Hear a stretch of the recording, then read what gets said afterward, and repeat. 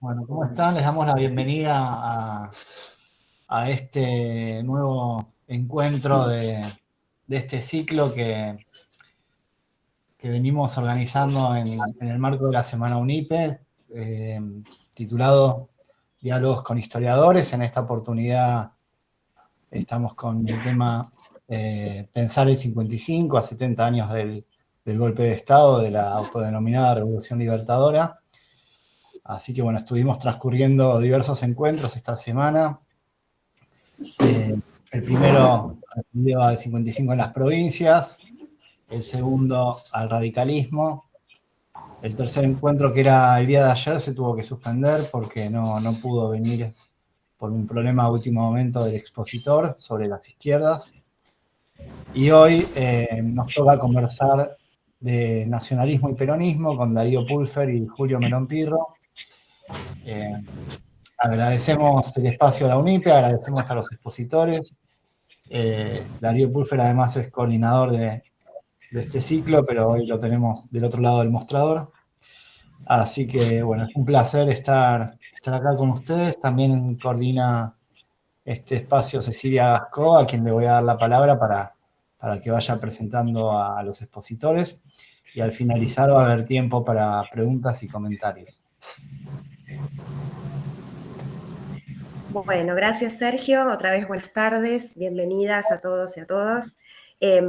Bueno, como anticipó recién Sergio, entonces hoy vamos a contar con las exposiciones de Darío Pulfer y Julio Menón Pirro.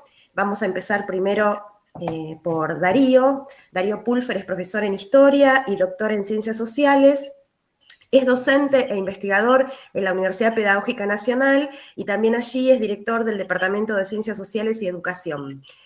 Asimismo, dirige el Centro de Documentación e Investigación acerca del Peronismo, el CEDIMPE, y promueve el Diccionario sobre Peronismo 1955-1969, obra sobre la que va a hablar hoy también. Sobre eso va a tener que ver gran parte de su intervención. Y como dijo Sergio, Darío además es el impulsor de estos ciclos de diálogos con historiadores que se vienen realizando en el marco de la Semana UNIPE desde hace unos años. Así que, Darío, entonces, tenés tu espacio. Bueno, buenas tardes a todos, todas. Yo voy a trabajar la participación de los nacionalistas en el golpe del 55 y en el marco de la Revolución Libertadora. Para dar cuenta de esa situación hay que retrotraerse a la relación fluctuante que los nacionalistas, yo lo llamo a secas, no lo voy a agregar elitista, ni autoritario, ni doctrinario, ni republicano. Cuando hablo de nacionalista, me estoy refiriendo a esos grupos que tuvieron una relación fluctuante, decía, con el peronismo desde los mismos orígenes. Y cuando digo orígenes, no me refiero al 45, sino también a los años previos.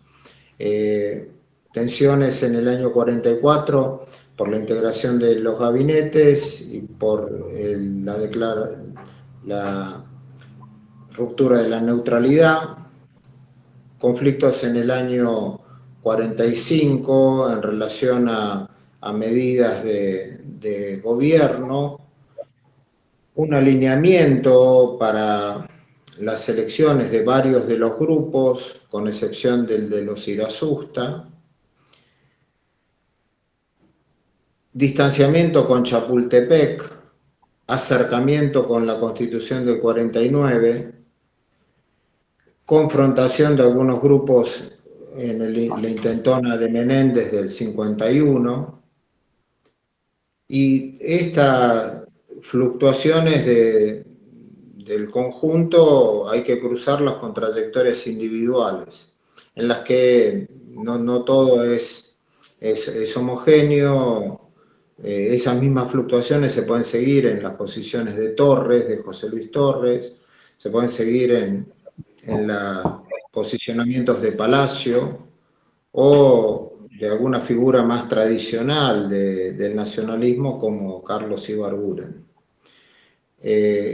También hay irreductibles, ya mencioné a Irasusta y está el caso de Membiel y también de grupos cercanos a él de la corriente doctrinaria que se expresaron de todos modos en el periodo a través de publicaciones, que era como el modo de participación pública en esa instancia.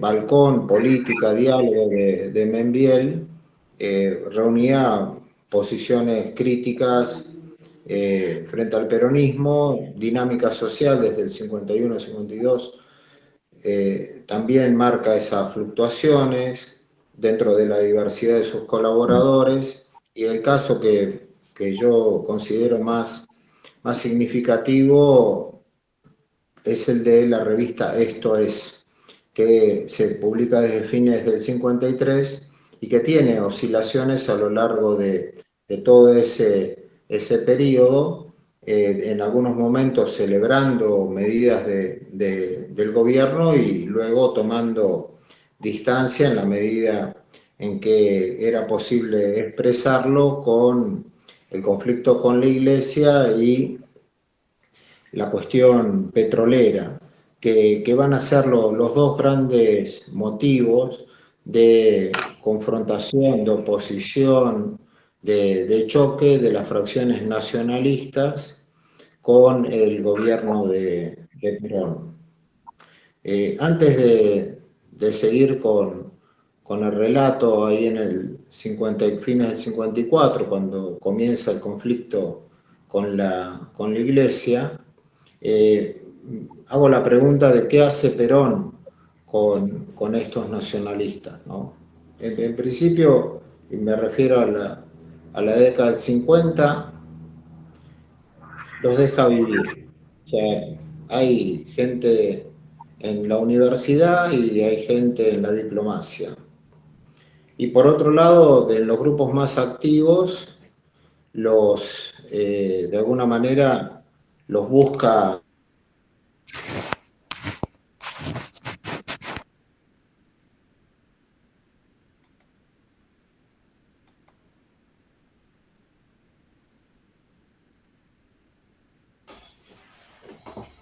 cuenta, y más decididamente con la asunción por parte de Guillermo Patricio Kelly de la dirección Darío, de la se te lista. cortó en un momento, por un ratito, ¿no? ¿A todos se les pasó eso? Dijiste, los deja vivir a los nacionalistas, están en la universidad en Cancillería y ahí se cortó. Y bueno, y más decididamente interviene en la interna de los nacionalistas, dando juego a un primer grupo que se cinde de la alianza de Queraltó, que se expresa en firmeza y fortaleza, y luego se interrumpe, y más decididamente aún con el movimiento que hace Guillermo Patricio Kelly para controlar la Alianza Libertadora Nacionalista desde el año 53, que pasa a ser una estructura política y que actúa para los movimientos callejeros y para la lucha política agitativa, y que van a cobrar un papel significativo entre los meses de junio y septiembre del 55. Una de las razones del bombardeo a su sede no es solo por la orientación ideológica o por sus expresiones, sino justamente como uno de los advertencias y modos de control de esos grupos que eran combativos y eran los primeros que se confrontan con los comandos civiles en Buenos Aires, sobre todo. Por otro lado, Perón alienta la salida de una publicación que es Voz Nacionalista, que quiere tomar los motivos del nacionalismo llevándolos hacia el gobierno de Perón. Perón denuncia la politización del clero. Se había expresado la Semana del Estudiante en Córdoba como un desafío de una movilización del estudiantado católico, como una soterrada confrontación con la UES. Ahí tiene un rol muy importante el posterior Monseñor Angelelli. El 8 de diciembre del 54, para el Día de la Inmaculada Concepción, hay una movilización masiva de católicos. Ahí hay imágenes que se publican de esa manifestación por parte del diario El Pueblo, que después va a ser clausurado, pero que ya van mostrando una dinámica que se va a expresar mucho más fuertemente a lo largo del 55. Ahí avanza entonces la conspiración. Hay grupos de comandos civiles que ya habían tenido actuación previa, pero que ahora se van organizando. Hay comandos civiles de identidad partidaria y hay también comandos civiles de orientación nacionalista. Aparte de aquellos grupos locales, como los de Zárate o los provinciales de Córdoba o de Corrientes, que no tienen una adscripción directamente partidaria, pero que se van organizando como núcleos de oposición militante al gobierno. Junto con el avance de esa conspiración están los motivos que ya dije: conflicto con la Iglesia y petróleo, y la campaña de panfletos contra el gobierno que encabezan los nacionalistas. Las piezas más difundidas son de pluma nacionalista, lo que se conocen como las cartas abiertas, que fueron redactadas por Amadeo en un caso, Goyeneche en otro. La impresión y la distribución clandestina y la inserción dentro de las redes de comandos revolucionarios la realiza un comando que se llama Unión Nacional y que es el propio de los nacionalistas, que van a confluir después dentro de la red conspirativa, pero ese comando, me detengo un minuto en el asunto, hay una entrada en el diccionario sobre el particular con todas las fuentes. Ese comando tiene una participación muy importante el 16 de junio de 1955, porque más de 200 militantes nacionalistas están distribuidos en las inmediaciones de la Casa de Gobierno para el momento en que se produzca el bombardeo de las 10 de la mañana para tomar la Casa de Gobierno. Las reuniones previas se habían hecho en los estudios jurídicos de los dirigentes del nacionalismo, y ahí aparecen mencionadas figuras de manera directa, ¿no? Amadeo, Goyeneche, la casa de Goyeneche, Bonifacio Lastra, Tedín, y ese grupo, al no lanzarse la operación aérea a las 9 de la mañana, como estaba previsto, para hacer impacto tiempo después en la Casa de Gobierno, se dispersan y no forman parte de la confrontación que después se va a dar en la Infantería de Marina con las tropas leales al gobierno, pero es un antecedente de su inserción dentro de ese esquema. A los conflictos que ya dije se suma el discurso del 31 de agosto de Perón, que va a ser tomado ya como un elemento de lucha, y previo a eso lo que significó la marcha de Corpus y la quema de los templos, un grupo de ellos de la capital federal, identificados con los sectores más altos de la sociedad.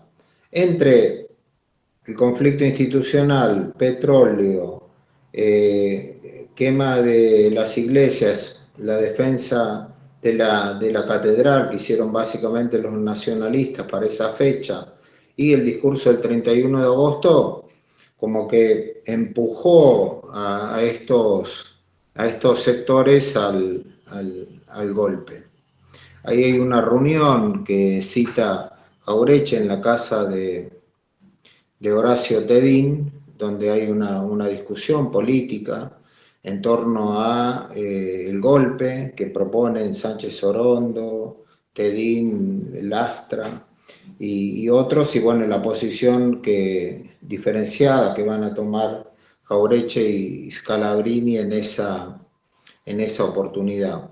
No reproduzco acá la cita, pero está dentro de los inéditos el relato de la reunión con los argumentos que se esgrimen. Estos grupos nacionalistas obviamente tenían relaciones con militares desde hacía tiempo, no solo con Lonardi, que aunque esta era parcial, con Lagos, con Guevara, con Bengoa, y de alguna manera cuando Lonardi llega al gobierno, ellos la ven como una revolución propia. Y de alguna manera la historiografía y las caracterizaciones fueron en esa dirección. De todos modos, hay discusión en relación al pensamiento de Lonardi, si era un nacionalista. Yo me inclino a pensar que era un militar que tenía la formación clásica de los militares que hacían ese trayecto, en el cual se mezclan razones de tipo republicano con cuestiones conservadoras, más la idea del catolicismo. Claramente, en lo que él se propone no es corporativista, no tiene ninguna línea asociada a lo que fue la propuesta atribuida a Uriburu. Lo que él se plantea como propósito es el restablecimiento del sistema de partidos. Dentro de ese restablecimiento del sistema de partidos incluye al peronismo, al que no ilegaliza. Trata de que Juan Atilio Bramuglia se constituya en el dirigente del partido. Le ofrece el Ministerio de Trabajo para desde ahí reconfigurar al partido. Bramuglia no acepta el ministerio y se lanza a la constitución de una nueva configuración porque el Partido Peronista todavía seguía en manos, no ya de Leloir, sino de Saint Millán, que era su segundo, y el grupo de exforjistas liderados por Capelli seguían defendiendo la continuidad institucional del partido. Digo que el propósito de Lonardi era muy limitado, diría yo, en el ámbito de lo político, y algunas designaciones que él realiza resultan desde el punto de vista de los nacionalistas desconcertantes, y también desde aquellos que podemos estar mirando a la distancia el asunto. Me refiero en el punto político a la designación como ministro del Interior de Eduardo Busso, que era un jurista de prosapia liberal conservadora y que de hecho actúa en contradicción con muchas de las orientaciones del gobierno de Lonardi. Lo primero que hace es entregar a fracciones partidarias de distintos signos diarios de lo que era la cadena Alea. Le da un diario a los radicales, un diario a los socialistas, y esto contradice la política del secretario de prensa, que era Juan Carlos Goyeneche, que le reclama por ese tipo de entregas, y de alguna manera esto va mostrando la heterogeneidad del mismo gabinete de Lonardi. Ministerio de Trabajo, Cerruti Costa, que va a ser el ministro, no ingresa por nacionalista, sino que ingresa por una relación con un hombre de la Marina, de apellido Brusone, que después va a tener una actuación posterior, y por los antecedentes que tenía como abogado de los sindicatos. O sea, los nacionalistas controlan, sí, el Ministerio de Relaciones Exteriores con Amadeo, que se hace famoso por ayudar a Perón en la Cañonera, y Goyeneche, que está en la Secretaría de Prensa. En la provincia de Buenos Aires, como gobernador, Leonardi designa a Matet, un hombre de la sociedad rural, liberal. Y más desconcertante y dentro de esa heterogeneidad es la asesoría económica de Previch, que tampoco tenía rasgos ni orientaciones que uno pudiese decir de orden nacionalista. El ministro de Economía, a quien asesora a Previch, es Enrique Folsini, un hombre liberal. O sea, este es el conglomerado de lo que hace el gobierno de Leonardi. La segunda cuestión que aparece fuerte en la caracterización de su gobierno es que era conciliador. Ahora, la hipótesis que yo presento es que la campaña de desperonización comienza con él. O sea, las comisiones investigadoras fueron creadas bajo su gobierno y puestas bajo el ala de Rojas bajo su gobierno. El encarcelamiento de ex legisladores se da ya bajo su gobierno. La campaña de exhibición de los bienes de Alea y de la residencia presidencial, que eran todas orientadas a revelar la corrupción de Perón y del régimen peronista, se hacen bajo su gobierno y bajo el mando de Goyeneche. La campaña de la prensa sensacionalista, asociada fuertemente a las políticas oficiales, se dan también bajo su gobierno. El ejemplo típico, el tema de las cartas apócrifas de Nelly Rivas, son de ese momento.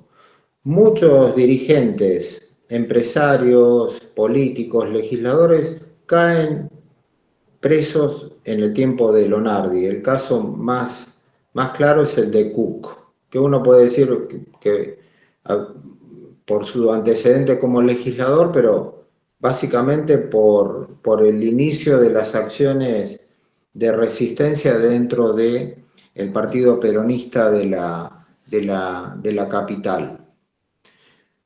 Sucedido el 13 de noviembre, voy terminando, los nacionalistas desplazados comienzan a realizar toda una autocrítica, se decepcionan de la Revolución Libertadora, se arrepienten, empiezan la autocrítica y empiezan a buscar elementos de acercamiento al peronismo. Todo esto se realiza desde lo que Julio llamó la función sustitutiva de los diarios y de los periódicos de la época, la función sustitutiva de los partidos. El primero que arma un diario o un periódico es el mismo Cerruti Costa y empieza a tratar de captar la atención del peronismo y bueno, es el primero que publica las denuncias de Walsh. El segundo es Azul y Blanco, de Sánchez Orondo, que empiezan a defender la Constitución del 49 ante los ataques de la Junta Consultiva y la llamada a la Convención. También ahí en Azul y Blanco van a ser los que le prestan la editorial a Walsh para publicar el libro que no tenía editor. palabra argentina de Olmos, aunque tenía rasgos del peronismo, era un discurso fuertemente nacionalista que termina siendo palabra peronista, reivindicando el tema de los fusilamientos. Todas estas fracciones lo que buscan es, ante la ilegalización del peronismo, ante la intervención de la CGT, la vigencia del 4161, es capturar la masa vacante. Y dentro de ese esquema hay que ubicar un material que es importante,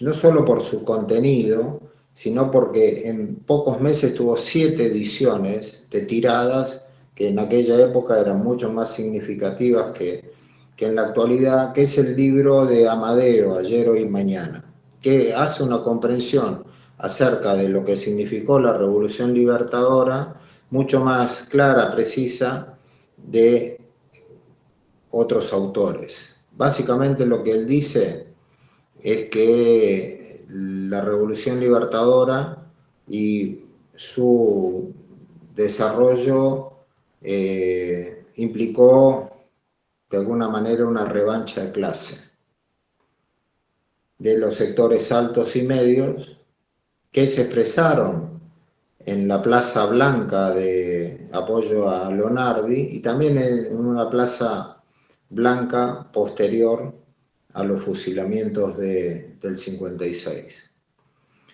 Ese libro recibió la réplica de Sábato, que es conocido, El otro rostro, y en diagonal entró en la polémica Jaureche con la carta a Sábato.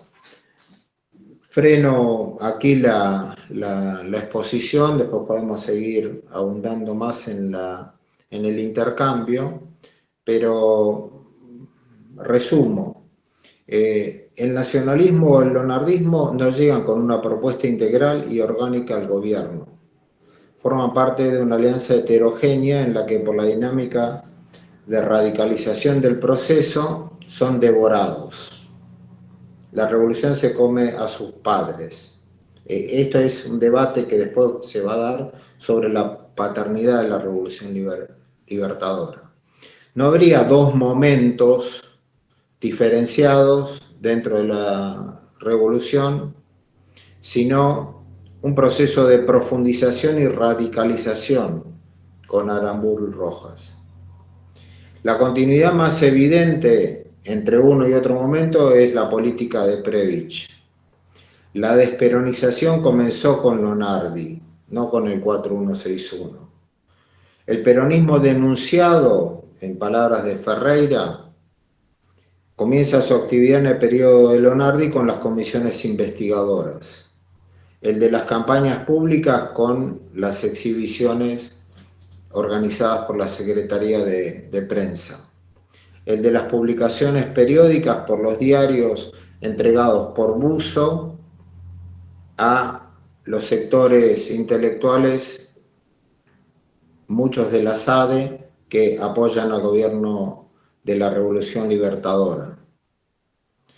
El peronismo encarcelado comienza también en el mes de octubre. Y la intervención de los nacionalistas tiene ciertos parecidos con el golpe del 30 y del 43, en el que ellos son los que primero impulsan y después son desplazados. En el 30 por Justo y en el 43 por las fracciones nacionalistas más ligadas a Perón. También es un anticipo de su actuación inicial en el 66 y un cierto anticipo del golpe de Capellini del 75. Freno aquí. Bueno, buenísimo, Darío. Va a haber muchas preguntas, imagino. Gracias, entonces, y pasamos a Julio. Julio está por ahí, porque recién vi que se le había desconectado, yo ahora no lo estoy viendo. Está muteado, Julio. Ah, ¿está muteado? Ah, bien, pues no me aparece en mi pantalla. Bueno, entonces lo voy presentando. Ahí me escuchás, ¿no?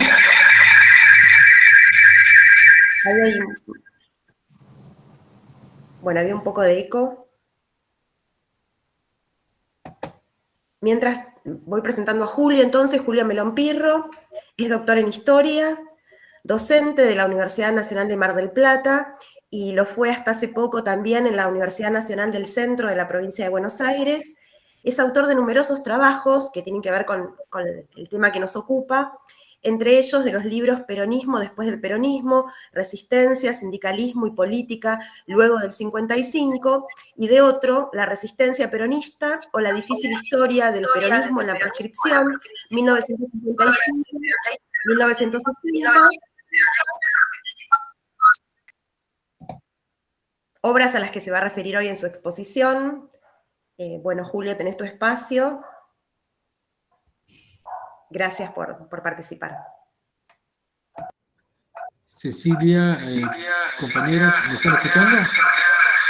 Te escucho con eco. Julio, al poner dos equipos, rebota el sonido. Tendrías que quitarle el sonido a uno de los dos. ¿Ahí mejora?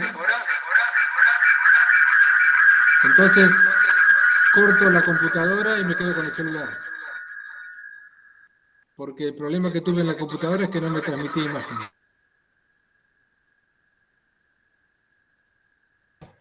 Ahora desmuteate ahí.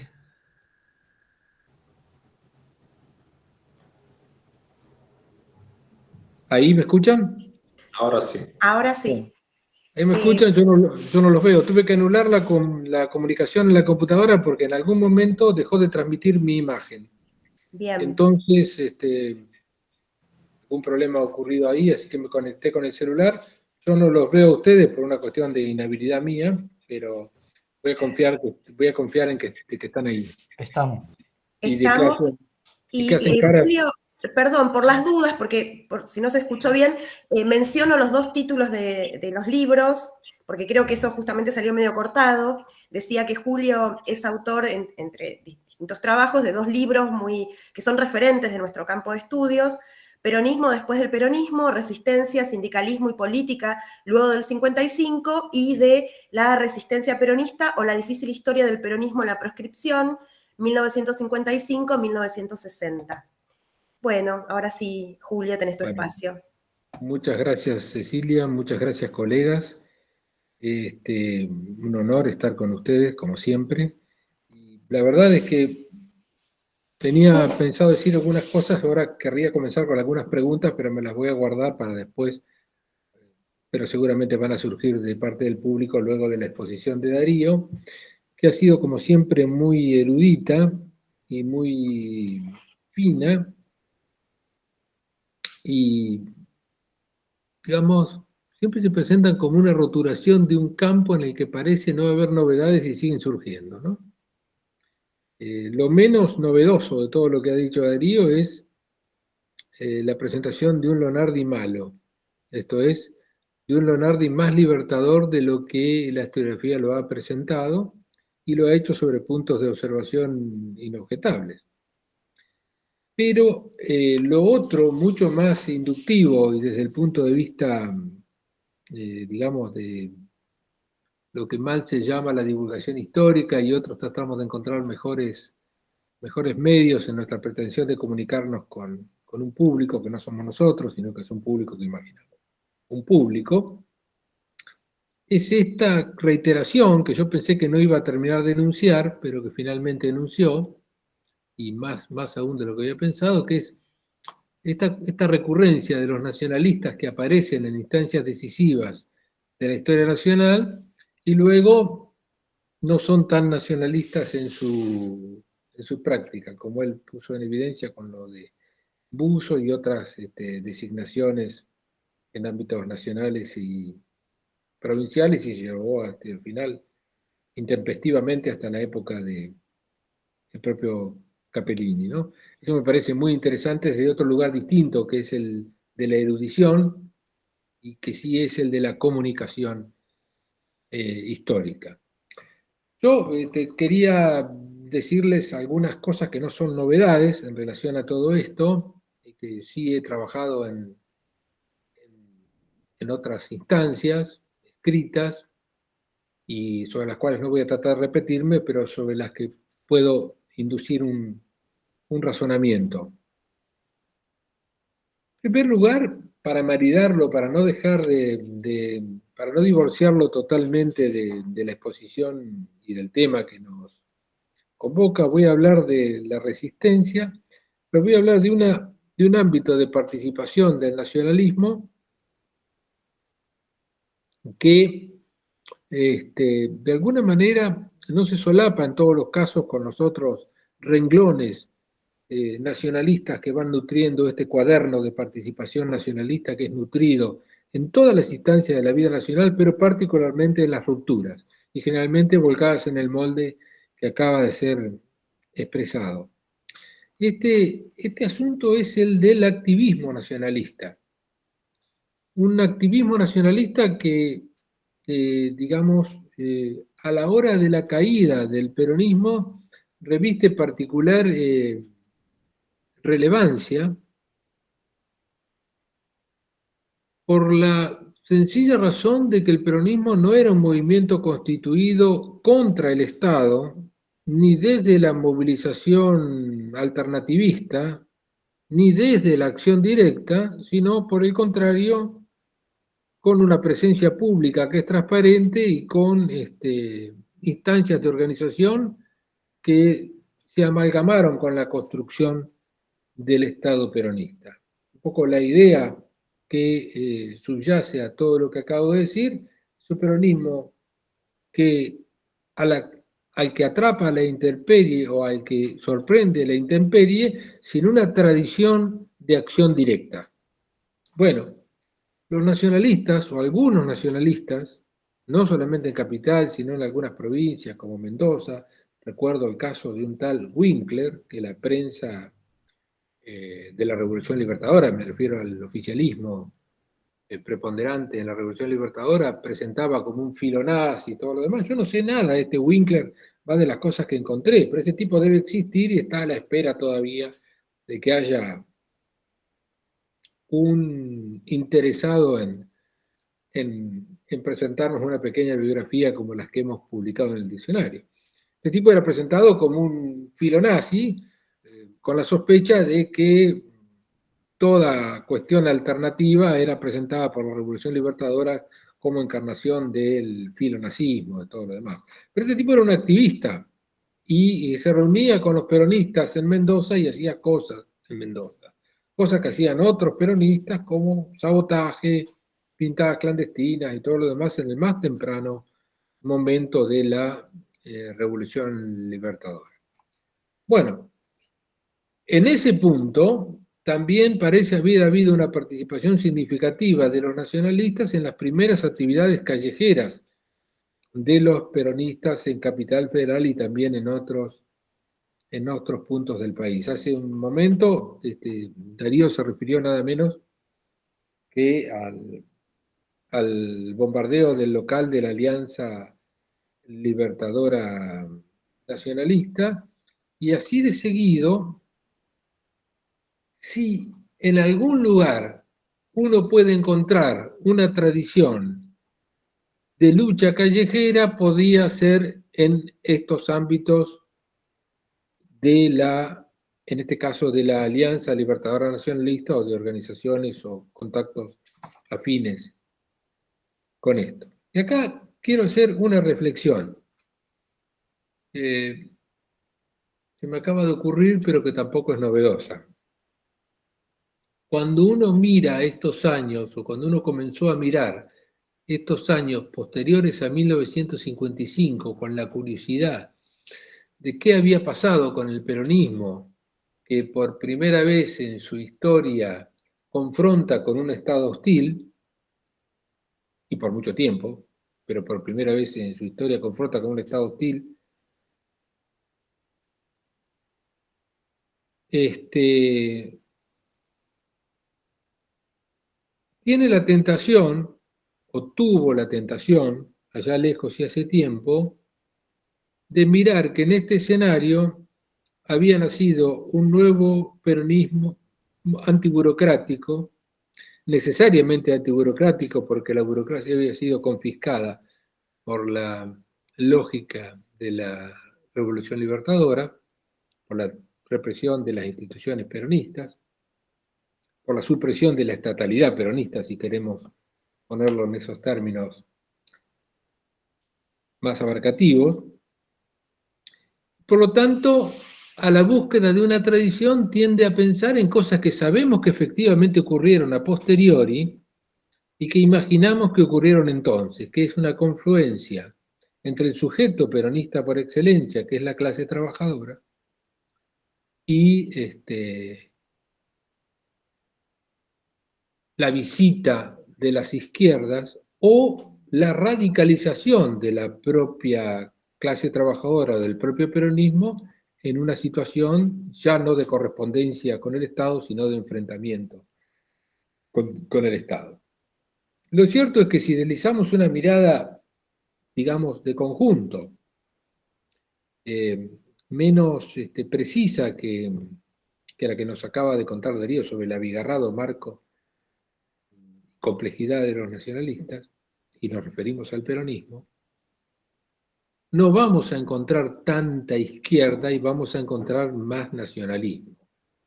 Vamos a encontrar más nacionalismo no solo desde el lado de la lógica del activismo, de la acción directa, de quienes sabían hacer determinadas cosas en las manifestaciones públicas, o quienes se animaban a cometer determinados atentados, o tenían una tradición en las pintadas callejeras de tipo alternativista o clandestino, sino que también vamos a encontrar una fuerte presencia, y esto sí fue muy bien relatado o insinuado, diría, por Darío, en la prensa de la época y en la publicística de la época. Darío mencionó recién a un monumento que me parece que cada vez está mejor escrito, cada vez que lo visito me doy cuenta que está mejor escrito, es el libro Ayer, Hoy y Mañana de Amadeo, y otra serie de libros. Recién anoté aquí mientras escuchaba un libro que no recuerdo haber leído, pero cuyo título dice todo. Creo que alguna vez conocí al hermano de esta persona que se llamaba Raúl Puigbó. La revancha oligárquica y el porvenir obrero. Es un título importante. La revancha oligárquica y el porvenir obrero no es un título de un hombre de la izquierda, sino que es de un hombre que viene del nacionalismo. La revancha oligárquica que es un hombre que también participaba en estas secuencias de prensas nacionalistas muy dinámicas, muy activas y muy competitivas en términos de circulación y de repercusión. No hay que olvidarse, recién fue mencionado Ceruti Costa, que yo no sabía, acabo de aprenderlo, cuál es el grado de procedencia, sabía que había sido abogado de sindicatos y demás, pero no sabía cuál era el momento de reclutamiento, de concurso de Ceruti al frente del Ministerio de Trabajo del gobierno de Leonardi. Ceruti Costa es uno de los primeros que con Revolución Nacional empieza a publicar notas revisionistas con respecto no solo a la situación política en general, no solo a la historia más reciente o a la historia nacional, sino que es uno de los primeros que le da cabida a Rodolfo Walsh y a las novedades que está investigando Walsh a partir de lo que acaba de ocurrir en 1956, menos de un año después del golpe, con los fusilamientos. Y que además esa misma tradición nacionalista, también se mencionó a Azul y Blanco, otro periódico, en este caso muy bien escrito por la pluma de siempre interviniente de Marcelo Sánchez Orondo, que termina publicando, como sabemos, con la editorial Sigla, la obra de Rodolfo Wolff titulada Operación Masacre.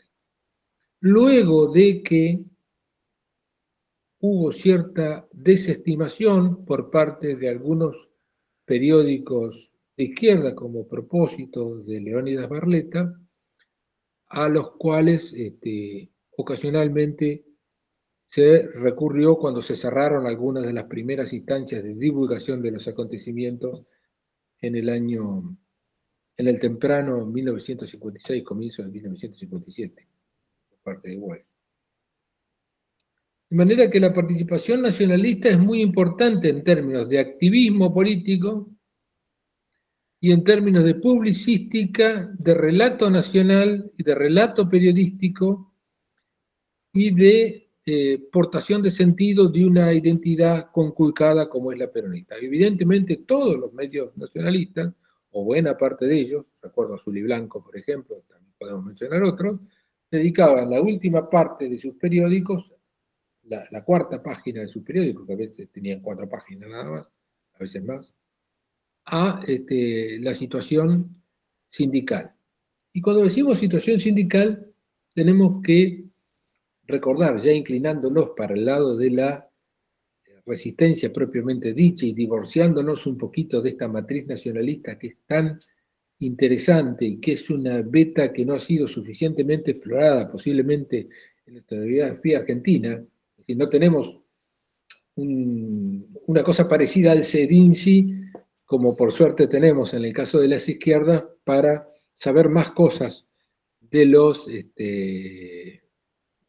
nacionalistas, de los escritores nacionalistas, de los activistas nacionalistas, de la variada fauna, podríamos decir, o gama, para no ser peyorativos, de la tradición nacionalista.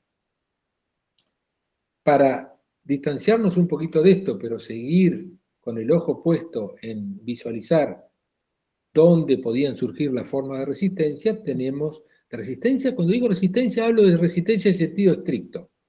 Y ahora voy a aclarar por qué. Resistencia en sentido estricto no es una huelga generada por un empeoramiento en las condiciones de trabajo, o una huelga generada por la formulación de una demanda de alcance nacional. En este caso, resistencia en sentido estricto podría ser resistencia en los lugares de trabajo, sabotaje, hablando de sindicalismo, y distintas formas organizativas que se pueden vertebrar alrededor de la existencia de un marco institucional defectuosamente sobreviviente y en recuperación como son los sindicatos, que mucho de eso hay, de verdad, pero mucho de eso que hay, y de verdad ocurre, el sabotaje industrial, la recomposición de, digamos, hogares peronistas alrededor de los sindicatos que terminan dando cobijas a los primeros jóvenes que se articulan. Esto está más o menos conocido, por lo menos formulado. Tenemos que tener en cuenta un límite muy preciso que tienen los sindicatos para visualizar lo que se puede considerar, para participar de lo que se puede considerar de la resistencia en sentido estricto, en el sentido duro, en el sentido de los caños, del sabotaje, de las manifestaciones contestatarias, de la clandestinidad. Ese sindicalismo, diría Lenin, antes de Lenin, el sindicalismo extrae su razón de ser, no solamente del economicismo, que sí señalaba Lenin como un límite del sindicalismo, o sea, eran necesariamente reformistas y no podían ser revolucionarios porque se terminaban complicando en la lucha por las mejores condiciones de trabajo, los aumentos salariales, la mejora del nivel de vida, etc. No en una concepción alternativista, sino que la propia existencia del sindicato está comprometida toda vez que el sindicato se involucra en una acción clandestina. el negocio del sindicalismo, y particularmente en este periodo donde se da todo un proceso de intervención de la CGT, de los sindicatos, de llamado a nuevas elecciones, de competencias electorales que van, como todos sabemos, van a terminar dándole la reválida o la posválida a una identidad peronista dentro del sindicalismo industrial, pero también en el conjunto del sindicalismo, al peronismo o a dirigentes de extracción peronistas, sean los mismos o sean nuevos dirigentes. Estos dirigentes sindicales que son peronistas, que vienen de antes o que surgieron como resultas de esta gran remoción que fue la Revolución Libertadora, pueden hacer cualquier cosa menos jugar la profundización de la base de la clandestinidad. Es inevitable que esto sea así, porque la lucha de estos sindicatos en el marco de la intersindical o de las organizaciones que sucedieron a la intersindical cuando luego se recupera el control de la CGT, va a ser siempre la lucha por la legalidad, porque el sindicato no puede existir, no es eficaz en la ilegalidad. Y ahí de nuevo no es necesario recurrir a Lenin, sino al sentido común para explicarse esta circunstancia. De manera que las formas de acción directa y las formas de amalgama de esta acción directa con los sindicatos en buena medida habían estado siempre, porque siempre hay un elemento de violencia o acción directa en la actividad sindical, sobre todo en situaciones de conflicto, pero a veces en situaciones puertas adentro de los sindicatos, también se da, del manejo de las asambleas, un montón de cosas de ese tipo. Tiene patas cortas cuando se quiere llevar esto a un nivel de contestación solvente con el enfrentamiento con el Estado. Esto no puede ser el objetivo del sindicalismo por las razones que creo he apuntado rústicamente en este momento. Frente a este panorama de buscar el origen del modo en que los peronistas enfrentaron un Estado hostil, frente a la importante tradición nacionalista, que es mucho más abarcativa en lo que implica en términos de acción directa, como se ha expresado en este momento, o hace un momento, o estamos haciendo también ahora nosotros, frente a esta constatación nada novedosa de qué es un sindicato y cuáles son las posibilidades de exacerbar la acción directa, amalgamándola con el éxito de la acción sindical y sin poner en riesgo la legalidad del sindicato, que es el objetivo más buscado, o más preciado, o más cuidado. Tenemos que dar cuenta de una cosa mucho más generalizada y mucho más vasta, que es la resistencia de las bases que no son necesariamente o no son solo ni particularmente las bases sindicales, sino que abarcaron un conjunto de manifestaciones peronistas a lo largo de todo el país y que tampoco pueden volcarse no solo en el molde del sindicato, no solo en el molde de las minorías políticas intensas, una de las cuales puede haber sido la nacionalista como nutriente de esta organización, sino que parecen calcarse en el molde de algo que hoy no sé por qué tengo de candidato de sparring a Lenin, digamos. A Lenin lo hubiera puesto mucho más nervioso, que era el espontaneísmo. La resistencia peronista fue una cosa muy generalizada, muy variopinta, encarada por personas que no provenían necesariamente de ámbitos sindicales, que no provenían necesariamente de minorías más o menos familiarizadas con la acción directa, sino que tuvo características en muchos sentidos barriales, y esto se vio muy claramente en el Gran Buenos Aires. Yo recuerdo dos casos, voy a mencionar solamente dos casos. Un caso de una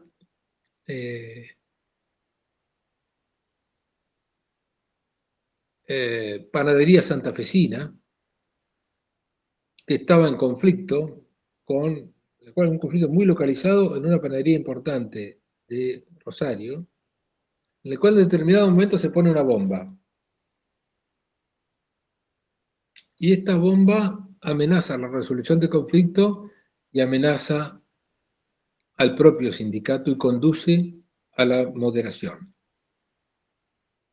Lo mismo había pasado con el sabotaje en muchos lugares. Y el otro caso que me acuerdo mucho y que me parece mucho más ilustrativo de lo que acabo de decir en relación al espontaneísmo, a la no filiación con el sindicato necesaria, quiero decir, es posible pero no necesaria, o con las minorías inspiradoras.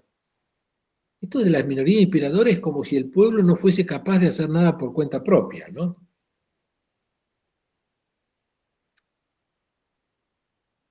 Argumento, por cierto, seductor para todos los que tenemos suficiente nivel de lectura capaces de llevarnos a la misma sospecha que tenía Lenin con respecto al espontaneísmo popular.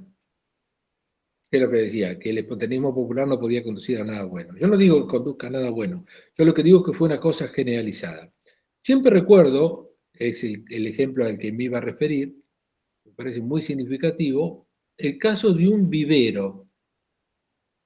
No tengo muy presente si no era en Vicente López, un vivero en el cual participaba un empleado de correo, una célula peronista, cual participaba un empleado de correos, una persona que era un desempleado, un empleado administrativo, un bancario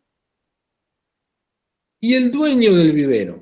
O sea, 5 personas que no tenían absolutamente nada que ver desde el punto de vista estructural, desde el punto de vista funcional de su actividad, sino que estaban asociados por una dimensión barrial y por su condición de peronistas y tenían el vivero lleno de explosivos. Si este hubiera sido una excepción, pero junto a esto nos encontramos en los registros policiales, en los registros propios de la prensa, que eran profusos en la época, con un montón de manifestaciones que son de índole esencialmente popular y que de ninguna manera pueden volcarse en el molde de la prolongación de las actividades sindicales, con las cuales puede haber funcionalidad o no funcionalidad, pero que no pueden perpetuarse en el tiempo demasiado, con la inspiración de células ideológicamente condicionadas a la manera en que pudo querer hacerlo o dice las memorias de José María Vigo, que quiso hacerlo en Santa Fe y después quiso hacerlo en Buenos Aires con los comandos Coronel Perón, o incluso las derivaciones del Partido Justicialista, amigos de Cook, con el mítico César Marcos y todo lo demás. Yo no digo que esto no haya ocurrido, lo que digo es que esto ocurriendo fue extraordinariamente minoritario con respecto a un activismo que se estrena en esta época como activista porque estaba protagonizado por personas que no tenían tradición en este activismo que no derivaba tampoco de una ascripción ideológica radical en términos doctrinarios.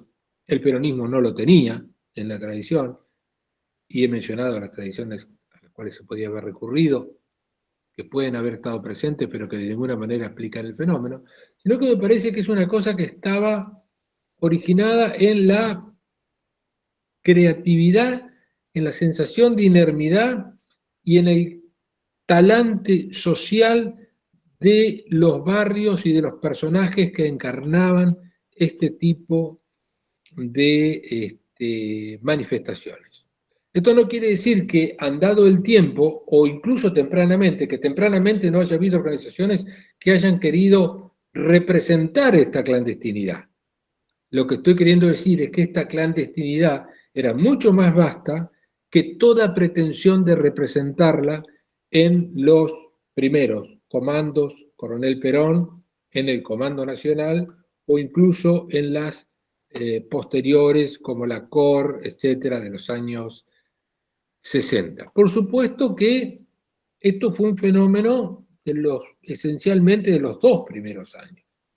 Pero luego, ya cuando hay un salto de escala después del 60, después del frigorífico Lisandro de la Torre, después de la muerte de la chiquita Guillermina Cabrera, es una muerte desgraciada como todas las muertes, más en el caso de un menor, que acontece justo en el momento previo al plan Coninte, la propia implementación del plan Coniste, ahí se genera una escuela distinta en las cuales las nociones de organización van a ser mucho más necesarias que en las del primer momento, y además vamos a tener otros ingredientes, incluso desde el punto de vista internacional, como los ecos de la Revolución Cubana y todo lo demás. Pero en lo que hace a los primeros momentos de la resistencia pura, inocente hasta tal punto de que mucho daño no ocasionaban en las presuntas víctimas, sino contaban muchas víctimas entre los propios perpetradores de los actos de violencia y de manifestaciones callejeras. Me parece que hay que enfatizar el carácter espontáneo, popular, generalizado, variopinto, no circunscritos por formulaciones organizacionales previas como los sindicatos, ni tampoco circunscripto a cuestiones de clase por la propia composición de las células que se descubrieron en el periodo. Hay personajes fantásticos, personajes maravillosos, novelescos, que podría mencionar y que seguramente no tienen historia, porque no ha habido una persona tan consecuente que las haya rescatado. O quizá porque estas manifestaciones populares, en buena medida espontáneas, están destinadas a ilustrar una disconformidad o una posibilidad organizativa local y no necesariamente hacer vertebradas nuestras grandes elucubraciones que parecen conducir teleológicamente hacia un lugar distinto. En el fondo es esto lo que tengo para contarles. Seguramente es provisorio, seguramente está a la espera de que mucha gente vaya a buscar a estos personajes ignotos, porque de algunos hasta hemos perdido el nombre, porque luego no se perpetuaron en la historia, y muchos otros sí. Muchos otros sí. Juan Carlos Brid, sí, a ese le sabemos que era pintor y que termina radicalizándose después. Pero la existencia de Juan Carlos Brid deriva de su radicalización posterior y de la recuperación que se hace de él a partir de su radicalización posterior. Hay muchos otros que tuvieron otro destino, que se diluyeron en la vida social y política argentina y de los cuales solo podemos recuperar el nombre si tenemos la curiosidad de pedirle a un informe policial, que como en el caso de la provincia de Buenos Aires es relativamente accesible para saber qué estaban haciendo y quiénes eran los integrantes de este asunto. Esto lo digo por si a algunos se le ocurre en algún momento hacer una tarea sobre la que no he sido tan consecuente para tratar de enterarme más sobre esta gente. Por ahora nada más. Bueno, muchas gracias, Julio. También seguramente habrá preguntas, comentarios, intercambios, así que justamente entonces abrimos esta posibilidad de hacer consultas, preguntas a los expositores, que haya un intercambio. Quien lo desee puede abrir el micrófono y plantear su pregunta o también escribirlo en el chat y nosotros lo vamos leyendo.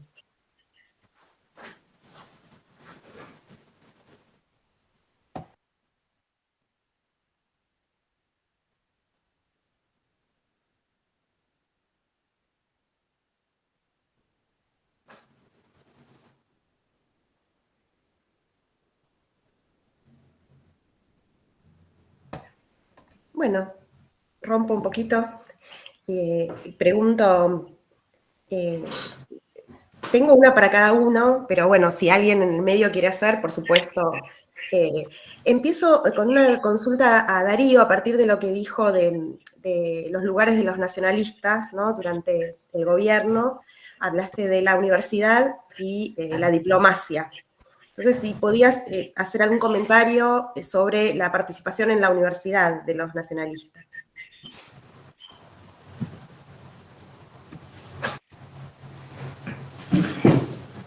Bien.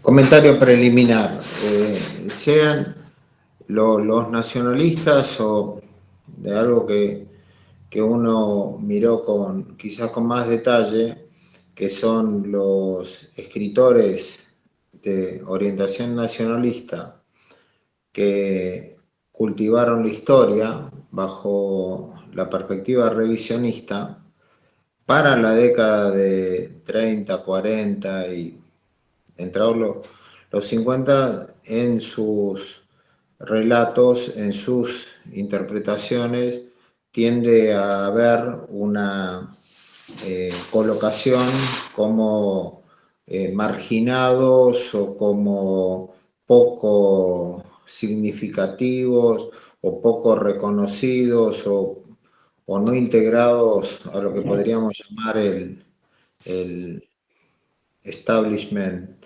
cultural.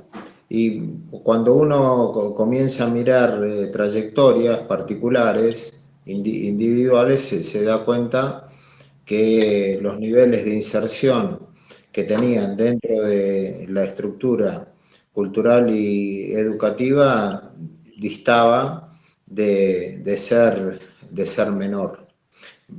Entonces, básicamente quiero plantear la inserción universitaria, bueno, en el ámbito de la Facultad de Derecho. Si uno ve la encuesta del 49 o la del plan quinquenal y revisa los nombres de los profesores, claramente ve listados cercanos a quienes participaban de las publicaciones de orientación nacionalista. Las primeras críticas a la negociación petrolera se hace en una cátedra de la Facultad de Economía Política de la Facultad de Derecho. Es en la cátedra de Adolfo Silenzi de Stagni, y estaba plenamente integrado, así como Sánchez Orondo, que daba constitucional, bueno, el mismo Amadeo, eran profesores y lo fueron durante todo este tiempo. En el ámbito de la filosofía, había grupos derivados de la afirmación argentina que después de los episodios de exclusión y de jubilaciones y de renuncias de 45-46 quedaron en los cargos. Bueno, el más evidente es Astrada, que después toma otro rumbo, más tarde, ¿no? En el ámbito de la literatura, Homero Guglielmini, que está a cargo del Instituto de Literatura Argentina, él con más afinidades con el peronismo, ¿no? Pero quiero decir que muchos de estos cuadros del nacionalismo estuvieron dentro de la estructura universitaria a punto tal que durante mucho tiempo se caracterizó la política universitaria del peronismo como controlada por los nacionalistas. Y también durante mucho tiempo se interpretó que los apoyos intelectuales que había concitado el peronismo eran casi exclusivamente nacionalistas y que tenían como nota fundamental su antiliberalismo. De ahí es que yo lo saco y hago una consideración, no desde el lugar de ellos, que de algo tenían que vivir y tenían alguna trayectoria en ese sentido, sino del lado del gobierno, del lado de Perón. Por eso yo decía, ¿qué hizo Perón con ellos? Bueno, nada, no les dio relevancia ni juego, ni en ningún momento pensó que con ellos debía constituir el polo de lo que ahora llamamos segundas líneas. Nunca pensó que la élite político-intelectual del peronismo debían ser ellos. Nunca pensó que el soporte doctrinario de su arquitectura política debía ser la provista por los nacionalistas. Aunque ellos estaban muy dispuestos a hacerlo. Pues toda la primera etapa de dinámica social tiene esa perspectiva, esa vocación. Y estos otros nacionalistas que se quedan en el ámbito universitario, podríamos decir que ya habían intentado hacer esa operación tiempo antes, sin éxito, porque no pudieron constituirse en consejeros del príncipe, digamos, o darle ellos el contenido de la revolución a Perón. Por eso acusaban a Perón de haberles arrebatado sus banderas y motivos, ¿no? Pero esto es para la discusión, pero no sé si respondo a lo que planteabas.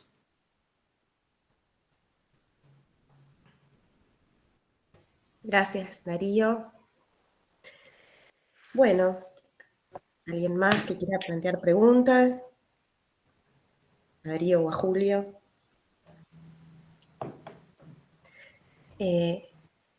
Ian, no sé si estoy pronunciando bien tu nombre. Sí, Janet. Buenas noches. En función de la respuesta que dio Darío, me gustaría preguntar si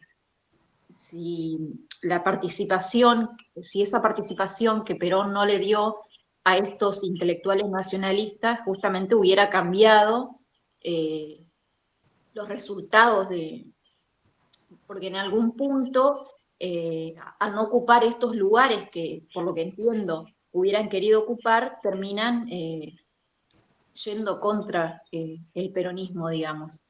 Terminan siendo un sector que no se absorbe, podríamos decir, por el movimiento peronista. Sí, en principio los que tratamos de hacer historia no hacemos ejercicio contrafáctico, pero pongamos que el tema es que hay que ver la intencionalidad y la ubicación, ¿no? Entonces yo hice mi trabajo de tesis doctoral sobre Palacio, sobre Ernesto Palacio. Entonces,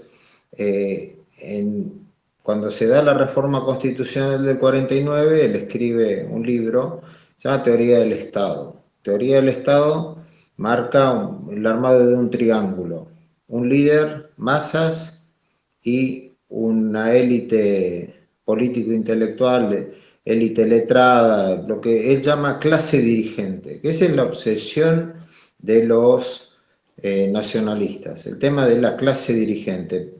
Arranca acá y termina en deímas con los que mandan y sigue este asunto.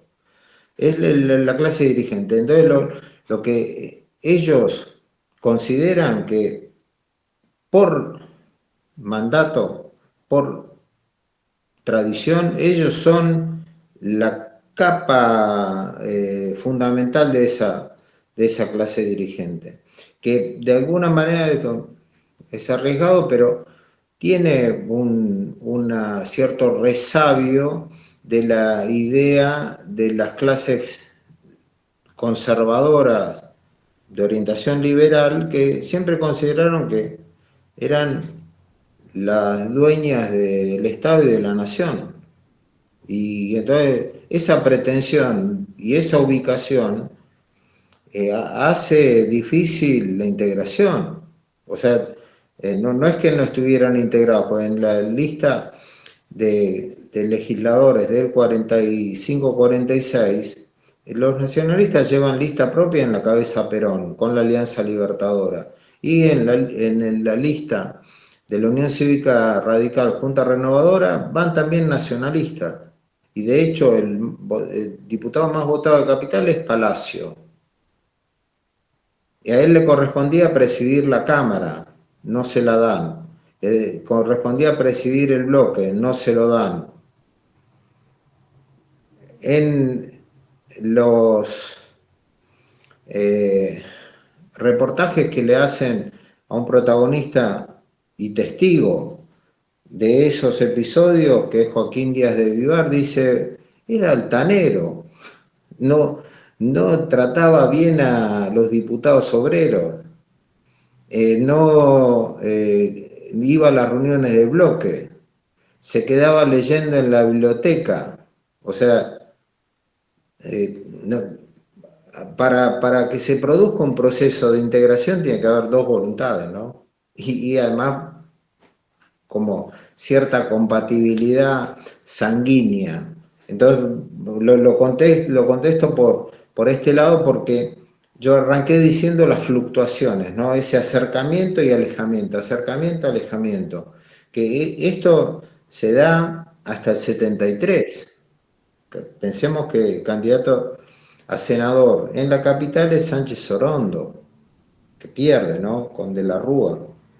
Pero se acercan y al poco tiempo ya están de vuelta los nacionalistas criticando al gobierno. Habían estado cerca de la hora del pueblo, habían participado de las reuniones y al poco tiempo ya esto es fluctuante, ¿no? Pero sirve para seguir pensando tu comentario. Gracias.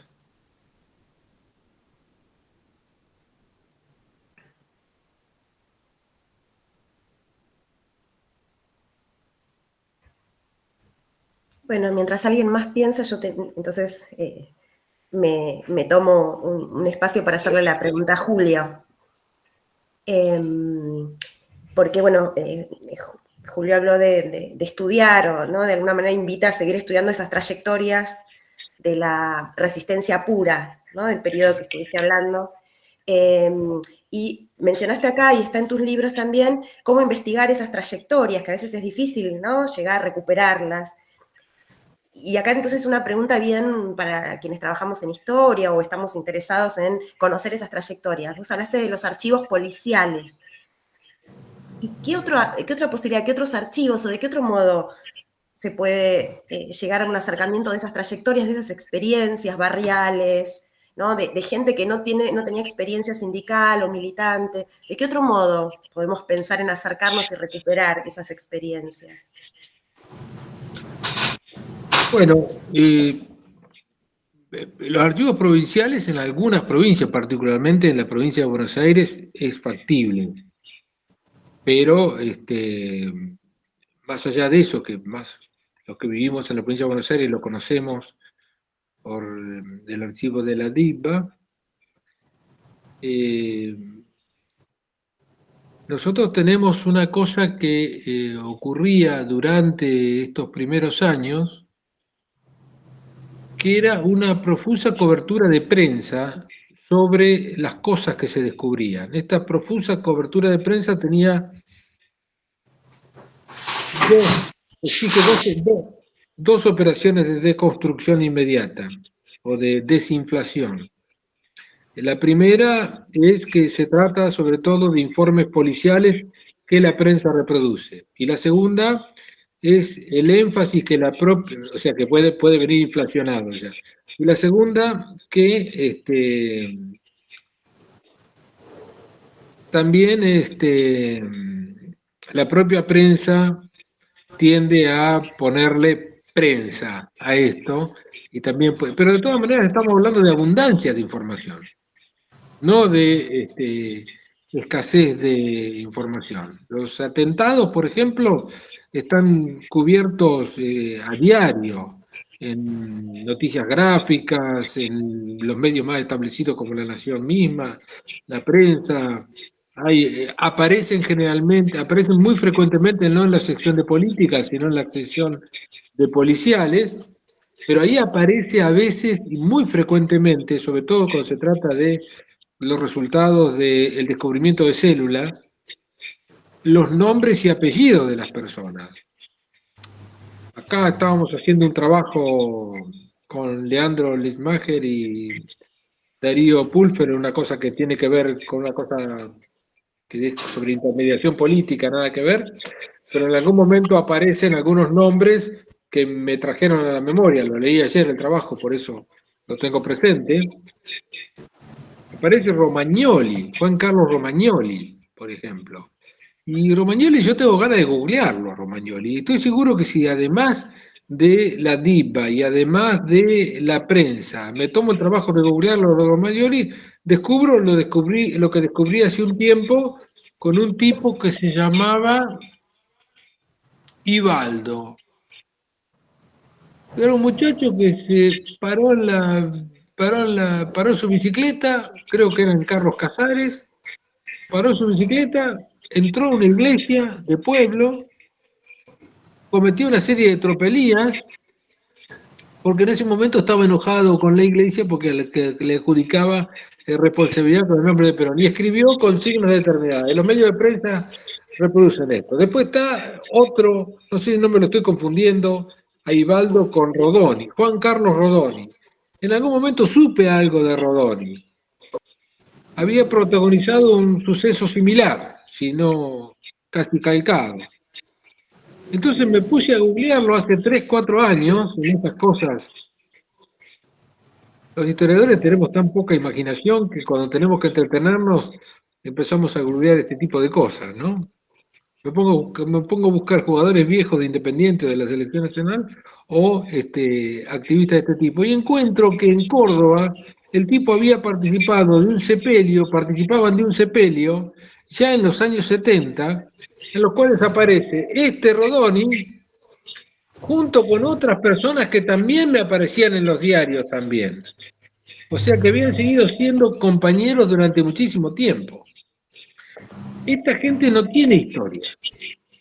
Esta gente no tiene historia porque nadie fue lo suficientemente perseverante y ordenado como para volcar lo poco que se sabe de ellos en un relato. Insisto, con algunas excepciones. Los casos que luego emergieron en los años 60 y 70 por continuidad de especialización en esta lógica de la acción directa, muy frecuentemente integrados a organizaciones político-militares, sí tienen esa historia. Juan Carlos Brit tiene esa historia, porque la revista Nueva Hombre se ocupó de propagandizarlo casi como un antecedente de una izquierdización del peronismo, y porque el tipo sobrevivió lo suficiente a tal punto que es uno de los tantos desaparecidos de la última dictadura militar en Argentina, ¿no? Entonces tiene un relato. Y después Baschetti lo puso en su diccionario y nosotros le dimos un lugar en el diccionario del peronismo. Pero hay mucha gente que no lo tiene. No estoy abogando por esto, simplemente estoy diciendo que en una de esas puede tener cierta curiosidad para un joven estudiante que tenga la suficiente perseverancia como para buscar en estos archivos, que pueden ser los policiales, que pueden ser los de la prensa. Un caso en la prensa que fue profusamente, en este caso no explotó, años después va a explotar el departamento de la calle Posada con el, ¿cómo se llamaba el vasco este? Ayúdenme. Bengochea. Bueno, un caso que todo el mundo conoció porque el vasco Bengochea, un hombre de la izquierda que era peronista también, y bueno, le explotó el departamento, pero vos tenés en el año 56 una familia que guardaba todos los explosivos debajo de la cama, y era una familia aparentemente común y corriente o integrada con otra gente que estaba vinculada con las canteras, con la fabricación de caños y demás. Este no explotó, este lo descubrieron, lo investigaron, y posiblemente este tipo no haya seguido en la lógica de la radicalización metodológica que en una visión teleológica conduce a la guerrilla de los 70. Una cosa muy característica de este primer periodo, no quiero abundar más en lo que digo, pero prácticamente no había víctimas. Prácticamente 9 víctimas. Yo recuerdo 2 víctimas. Uno, un tipo de apellido Mariotti, que era un dirigente radical de Rosario, que es muerto por un joven peronista. Este es Ibaldo, me había confundido. Muerto por un joven peronista. Se hace un juicio, el tipo va preso, el Ibaldo este. Un muerto en 3 años de acción directa. Y después el caso fatal de la muerte de Guillermina Cabrera, que es el momento previo al Conintes, y que la chiquita tenía 3 años, que tuvo un alto impacto, y que incluso hoy se la recupera en cada instancia, digamos, revisionista del origen de la violencia política en la Argentina, porque es un caso suficientemente, digamos, impactante, ¿no? Por todo lo que implicó. Pero salvado de estos casos desgraciados, no era una violencia tan importante por su concepción, por su magnitud y por la provisión de recursos que pudiera ocasionar un daño físico al enemigo. Pero esto no quiere decir que no fuese suficientemente generalizada y que además no hubiera otro montón de manifestaciones que no necesariamente eran violencia física contra determinados personajes, sino que eran pintadas, sabotajes, distintas manifestaciones ilegales todas, que implicaban formas de contestación ciertas a la Revolución Libertadora.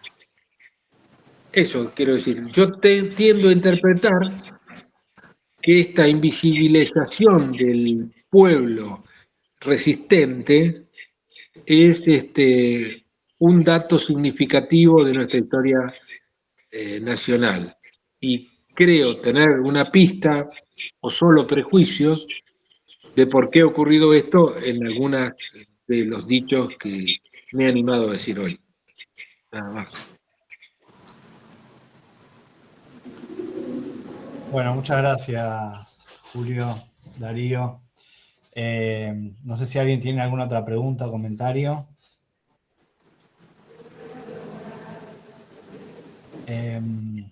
Bueno, yo cerraría acá por el horario y el día, ya viernes a la noche.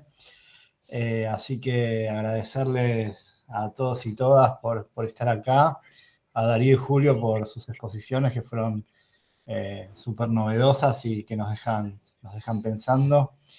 No sé si Darío querés cerrar vos también como organizador del ciclo, si querés decir algo más.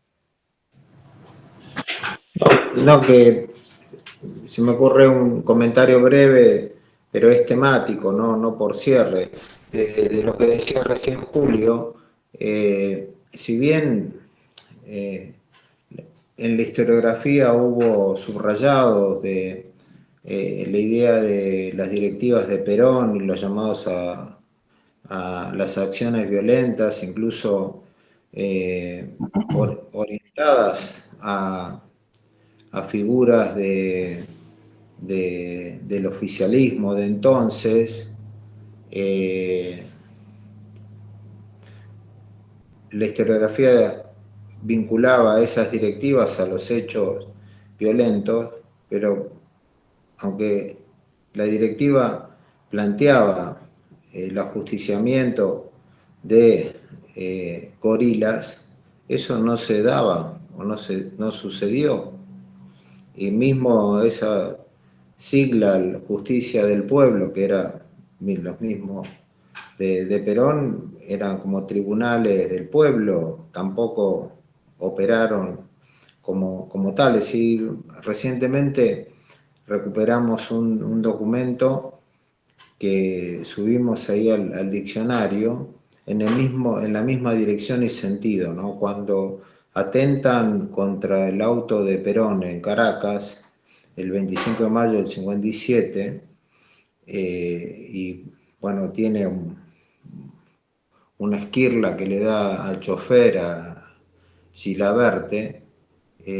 Cuando se enteran en Chile, Cook redacta un comunicado que hace multicopiar y que circula por todo el país, que es tremendo, diciendo que ante un nuevo atentado o riesgo de vida de Perón, cada peronista estaba llamado a ejercer la justicia de manera directa.